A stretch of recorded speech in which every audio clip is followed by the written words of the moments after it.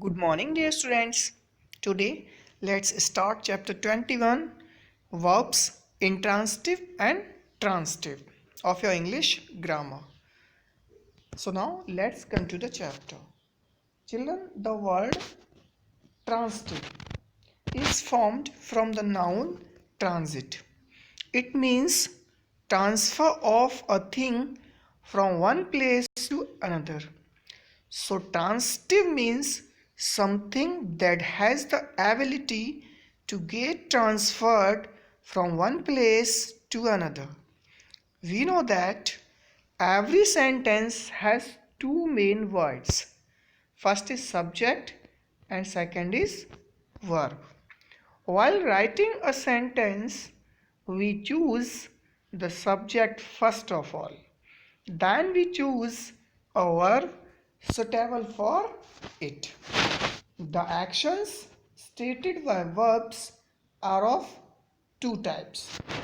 First is actions that are limited to their subjects only, and the second is actions that involve another noun apart from the subject.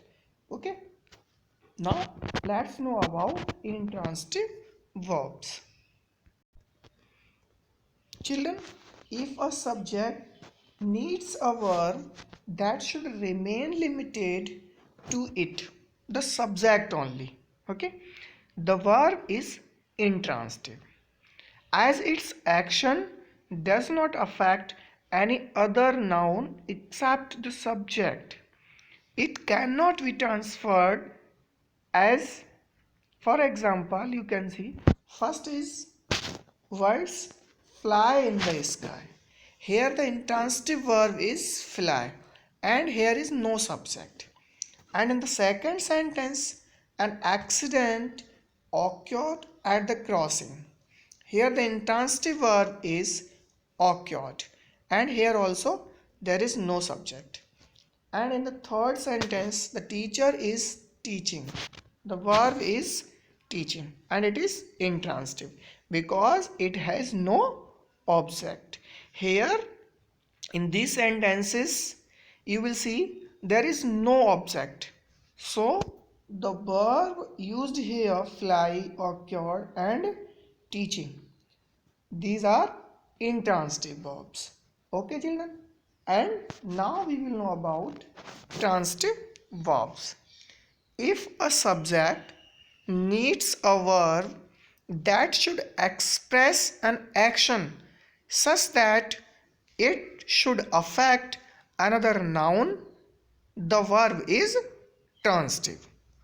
The noun affected by the action of the verb comes after the verb. So it is called the object of the verb. For example, the farmer killed the snake.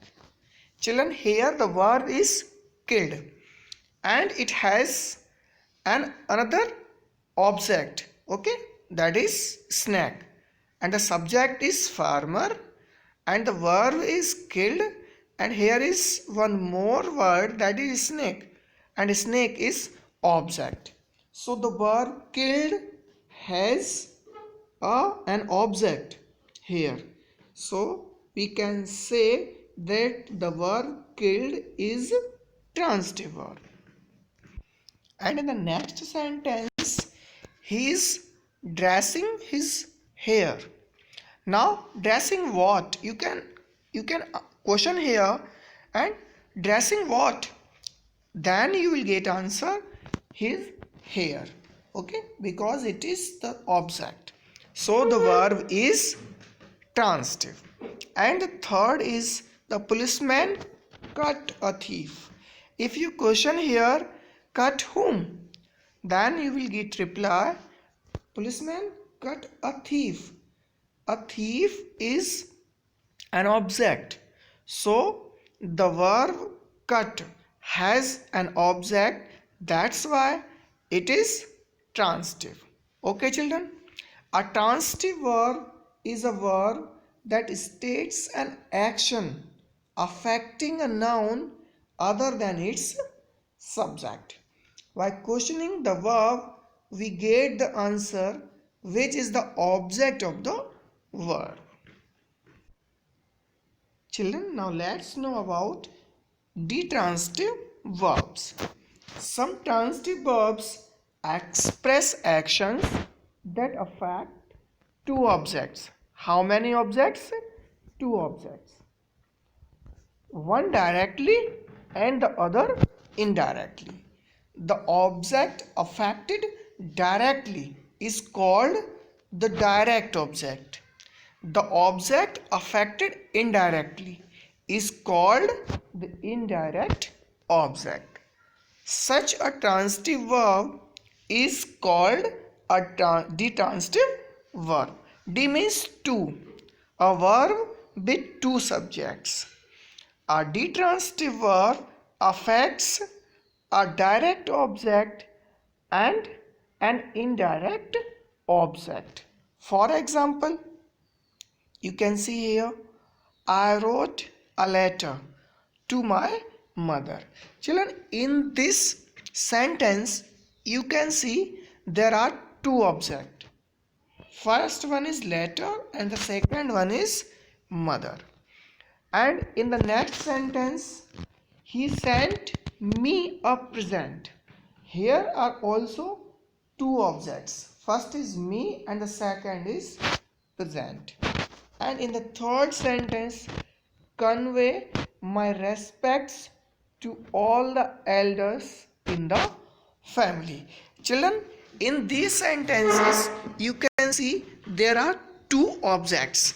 So the verb wrote, sent, and convey are called detransitive verbs. You can say these verbs are detransitive.